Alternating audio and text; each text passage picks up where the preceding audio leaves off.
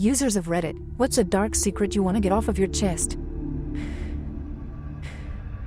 I told my fiancée on our first date that I don't want her like children. Kept saying it for 5 years and then she got pregnant and decided to keep it, not blaming her for getting pregnant. Now she doesn't clean, cook or play with the kid because she is tired and I'm stuck with all of it. She won't even teach him to sleep without diapers because she doesn't want to wake up in the middle of the night, so I have to deal with that as well. I love my son and would literally die for him, but this life is not for me and I wish every day for death just so I can rest and have peace. I don't really want to die, I just feel like it would be easier if I wasn't alive. I felt relieved when my dad killed himself. While he had a lot of mental health issues, he was also not a very nice person and put me and my family through a lot of pain for many years. I have countless stories of the fucked up things he said and did. I now have conflicting feelings where I am sad that someone suffered so much pain and inflicted so much pain on others, but I'm also relieved that it is over and I don't honestly miss him at all. I had a sexually and emotionally abusive ex-boyfriend kill himself a few years ago after trying to reach out to me, and me not responding. I felt guilty, relieved, and heartbroken all at the same time. It can feel really complicated when an abuser dies, especially when they die in a violent, abrupt way. I think I would have taken his death a lot easier if he was in a car accident or had a terminal illness. You can be both sad that your father felt so alone and helpless in this world that he took his life after years of taking it out on others, and you can also feel relieved that he is dead and can't hurt anyone anymore. Those feelings aren't mutually exclusive and you're right to feel however you feel. I completely agree with this. I feel sad in an almost abstract way looking inwards. It's sad that someone was so desperate that he decided to end his life, and also sad that his behavior had such an effect in so many people, but it's also a relief as one of those people. When I was 8 years old, I was at a friend's sleepover. He was also the same age and there was also an older boy there. He asked me to get naked and lay on my friend. After saying no multiple times, I got persuaded to do it. He said they do it a lot as guys his age. I don't know much more of that night. I guess my brain said, let's forget that. I still know how the room looked, what games we played before, and how the bed and the carpet looked. I'm 20 now and I think because of that I had a lot of trouble accepting physical touch and intimacy. It's one of the most detailed memories of my childhood till one point. I relate, bud. When I was 4 or 5, I used to sleep in the basement because it was a 3-bedroom house for 5 people, but it had windows and was furnished so it wasn't bad, and most mornings I'd be woken up by my brothers or kids. My mom had a home daycare, running down the stairs. I remember waking to the door up the stairs. The room was blue because it was early in the morning, and one person came down and it was one of my brother's friends. The event itself is blurry and I don't know what happened after. You're not alone. When I first discovered adult content, I would have a panic attack even if I saw a penis. As an adult, I crave physical touch, but it stresses me out equally. I think about sex way too much and sexualize a lot of things, but also have a hard time being intimate. I take care of children and every time I change their diaper or help them go potty, I get so nervous, as if wiping poop off their ass is going to traumatize them, even though that's what you're supposed to do. I live in fear I'm going to become what made me like this, despite not having any desire to do those things. I know it's actually common intrusive thought, especially if you're a victim of SA, but that doesn't really make feel better. Just know you aren't crazy and you're completely valid for having the feelings you have, okay? It takes time, but things improve. During a manic episode, I was filled with so much rage and sorrow that I let a homeless man take me into a ditch behind a church in hopes that he would kill me. He didn't. He just snorted some meth, showed me pictures of his girlfriends, and made pleasant conversation. I guess he was just lonely. Edit. Since many people seem to only take one thing from this story, I didn't know he was homeless till my mom found us and offered him a ride to his place, which then we discovered he didn't have one. I didn't expect him to kill me. I was just hoping he would, as an obviously drugged up man walking across the street to approach a 19-year-old girl who is alone and offering her into a ditch where bodies are often found was a decent enough red flag. And let's not forget that I was in a state of psychosis. I'm sorry that you went through that, but I have to admit I found the result humorous. Don't hate me. You probably made his year and I'm glad you got better. The result I didn't mention was even more humorous. My mom found us walking and offered him a ride to where he needed to be. They made pleasant conversation. She never scolded me or brought it up again because she felt bad that she made me feel such a way that led me to doing this. I suffered from horrific, intrusive thoughts due to OCD, and for 28 years I thought something was wrong with me. That I may end up being a predator/murderer/psycho, even though all of the thoughts made me physically sick. I was genuinely scared to babysit my 2-year-old nephew alone because what if I accidentally threw him down the stairs? I finally opened up to my therapist and she helped me work through it all, and I'm not triggered anymore and I can finally live peacefully. I was in a relationship with a man who forced me to have sex with him when I didn't want to. I was mentally broken at the time after leaving an abusive marriage and felt he was the only person protecting me from my ex. So I gave him what he wanted and he knew I didn't want to. I was afraid of being alone and my ex breaking into the property and hurting me or my kids. The man I was with was also violent. I fell pregnant. I said I'd never have an abortion as a matter of my own choice, was never against anyone who had. I was so fragile mentally I couldn't cope with the idea of a child born from this compounding my mental state. I think I would have ended up taking my own life. I had a termination. One of the worst experiences of my life. I never consulted or told him, as I think he would have physically harmed me or worse. No one knows any of the above other than my therapist. I can't imagine how hard that must have been for you. I'm so sorry. I'm okay now, thanks. Just something I have to live with. It certainly made me more compassionate to women that have had to make that choice. It's not easy. I want my brother and his fiancée to lose everything they have, including custody and right to see their kids. They are awful, extremely manipulative people who took full advantage, financially, mentally, emotionally, of my elderly parents. I hate them with every fiber of my being. Not so dark, but I hope my stepdad breaks it off with my mom. She is physically and emotionally abusive to him, but they act like it's a normal thing couples do. It would be awful because I like him, but I want him to be happy. Back in college, my floor mates thought I needed to loosen up. They all knew I had a bad first sexual experience and wanted to help. So they did nothing but hand me drink after drink. One night at a pregame, I was happy people were being cool to me. One drink was drugged. I don't remember leaving the dorm that night, even though I was told that we all went to a bar. And I don't remember the bar or getting back. But I do remember waking up in the morning naked, with a condom still on my dick, and a girl sitting in my desk chair. When I woke up I questioned, almost paralyzed, in shock. She said, "I only stayed because I thought you might be dead."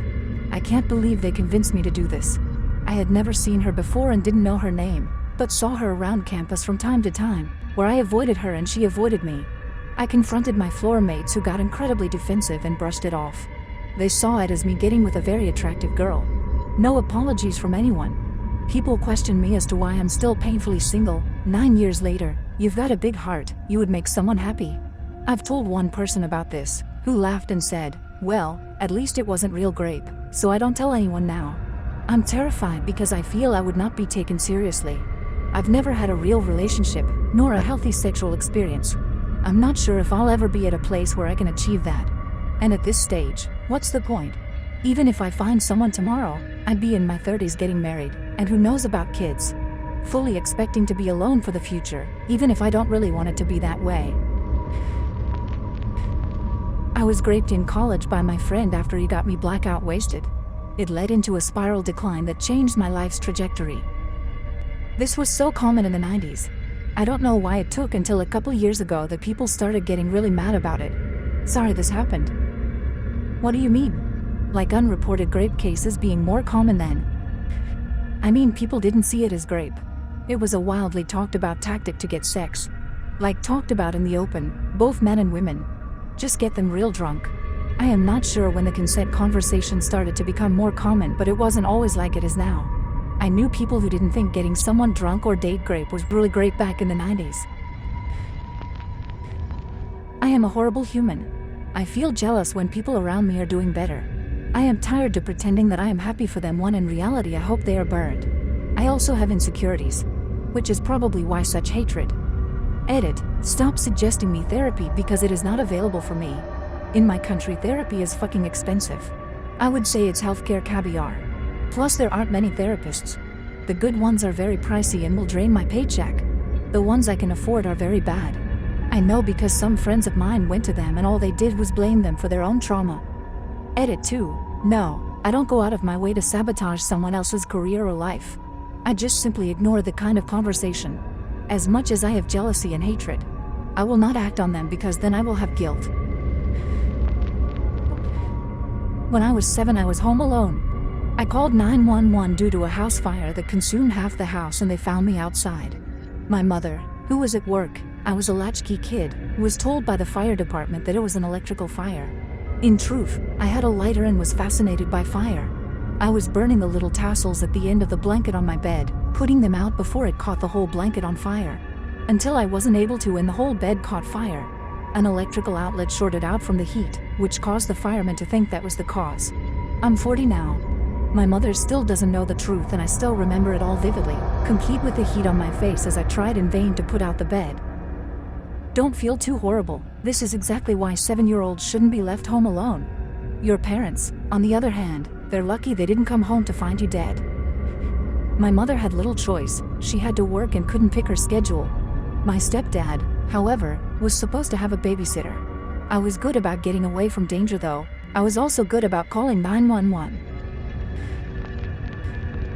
I have a really difficult time connecting to and understanding other people. I'm never cruel about it. I just don't feel connected to anyone. It hurts me. I don't let it hurt anyone else. Same boat here. People are always so hurt when we separate for a long time, and I just move on and get new sets of acquaintances. I've also had to explain to people that I'm not a mean person. I'm an uncaring person. I don't actively wish bad things to people, nor will I hurt anyone. I don't feel the want to do anything. I feel no excitement for future dates or events. I'm not excited or looking forward to anything except greedy shit like getting money or objects. I'm not even materialistic. It's just like my brain is looking for shortcuts to make me feel some sort of excitement, and so it looks for objects that I want. This makes me feel fucking horrible. My girlfriend asks me to play video games or hang out with her, and I always do, but I never look forward to it until we actually do something. I always enjoy my time with her, but I can't get hyped up to do anything. I've heard of this with older people, but I'm only 18 and I'm horrified. I need this motivation. Sounds like depression. Also, maybe you have something like ADHD and feel understimulated with a boring, monotonous life, and you need a lot of dopamine hits in your brain. I do have ADHD, but I'm medicated and it helps tremendously. I've recently started college and I feel as though my life is eventful enough to satisfy me, but I never feel the way I should. You're right though, thank you. I knew my mother was going to kill herself and did nothing about it. So I basically let her die. You didn't do anything. It was your mother that chose to end her own life. You had nothing to do with her decision. Even if you had have intervened, it may have been unsuccessful. Do not blame yourself in any way for that. I'm coming to terms with it. She suffered from a lack of love, and sometimes I wonder if I had been more proactive in giving her love, whether it would have changed anything. I miss her and love her so much, but moving on is the only thing I can do from here. Thank you. I accidentally killed a person while protecting myself. It haunts me to this day. I am not guilty of anything. How long ago? I had to defend myself from a home invader. It gets easier to deal with, but it never really goes away. At the end of the day, that criminal violently broke into my home. They forfeited any rights at that point. It was them, or me. I understand if you don't want to answer, but I've always wondered how the cleanup process is done. Do they send someone to clean? Is it on you or insurance? It's all on you. I didn't go through insurance. I have a $1,000 deductible, so wasn't worth it. I have terrible memory issues, and no matter what I do to keep things on track, meds, planners, reminders, alarms, etc., things still slip through the cracks. It makes me feel terrible. #BC. I hate the disappointed or even frustrated look I get when I ask a question and should clearly know the answer. It's especially difficult when people end up thinking I don't care, because, if you cared, then you'd remember. I care so much, I never want to ask what we plan for tomorrow, again, and when your birthday is, again, despite attending the party last year. It just gets really hard to juggle everything all the time. Edit, thank you for all the comments.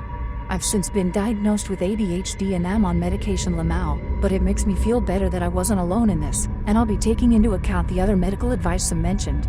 Thanks and love you all. God, this is my life. The past few years I've become so insanely paranoid, and it just is getting worse. Constantly fearing I've missed an important event, fear that my very few friends I've left will eventually and soon drop me as a friend forever. So I don't really know anymore if people think I don't care or if people believe me when I say I don't remember or I somehow forgot this or that. Either way, the constant worry has impacted my sleep so badly I would definitely fall into the insomniac category. I've been a functioning alcoholic since 2018 when I was drugged, taken to another location, and essayed by multiple people. I began using alcohol to numb myself after that. A few years later I got in an abusive relationship and my drinking just spiraled completely out of control. I've never told my friends or family about the assault or my alcoholism. They eventually found out about the abusive relationship once I left him for good. Even after I got out of the relationship, I was basically drinking myself to death. I would drink anywhere from 10 to 18 cans almost every night of the week until I could pass out in my bed until morning. I tried cutting back a few times but would always relapse worse than before. But today I am proud to say that I'm 19 days sober, starting therapy, and I'm looking forward to finally getting my life back on track. Amazing, I am proud of you. Make sure to take time to pamper yourself and to relax and enjoy life. A good walk in nature always does wonders for me. I am excited for you to see how great being sober feels and looks the longer you stay sober. It's seriously the best. Also, nothing better than waking up hangover-free. Thank you so much. I've been loving getting outside to hike or just walk. It's definitely been a huge help. I'm excited too. I started a list of positive changes I've noticed since going sober. I'm amazed how long it is already. I'm sure it will get even better with time. That I didn't spend near enough time with my Nan in the months before her death. For context, she was 101, hilarious, kind and had all her faculties. She was the best support and everything you would want in a Nan. With her age, I knew time was short but didn't prioritize her as much as I should have. I saw her the night before she died, and I said I'm sorry and she accepted it and forgave me, but you could tell she was sad. Next time I saw her she was gone. I regret it every day of my life. Edit, I'm sorry I haven't replied to everyone. Thanks a billion for the funny, caring lovely words. Thanks also for sharing your stories. I'm so sorry for all your loss. I've read them all and it looks like this is a pretty universal experience. I know the guilt and pain feeling, so I'm sorry you have to go through that too. There is some great advice in the comments and I hope you find one that makes you feel a bit better. For those who have grandparents that are alive, and you can't get to them or it's hard, don't beat yourself up. The comments I read that help me might help you too. If you can physically or mentally see them, do it. Otherwise, look after yourself. Your grandparents and parents made good people. A few people are aware that someone I was very close with took his own life in 2014. He was the kindest man, and always asked about me, and he'd travel 2 hours by train just to meet me for a cup of tea and a slice of cake.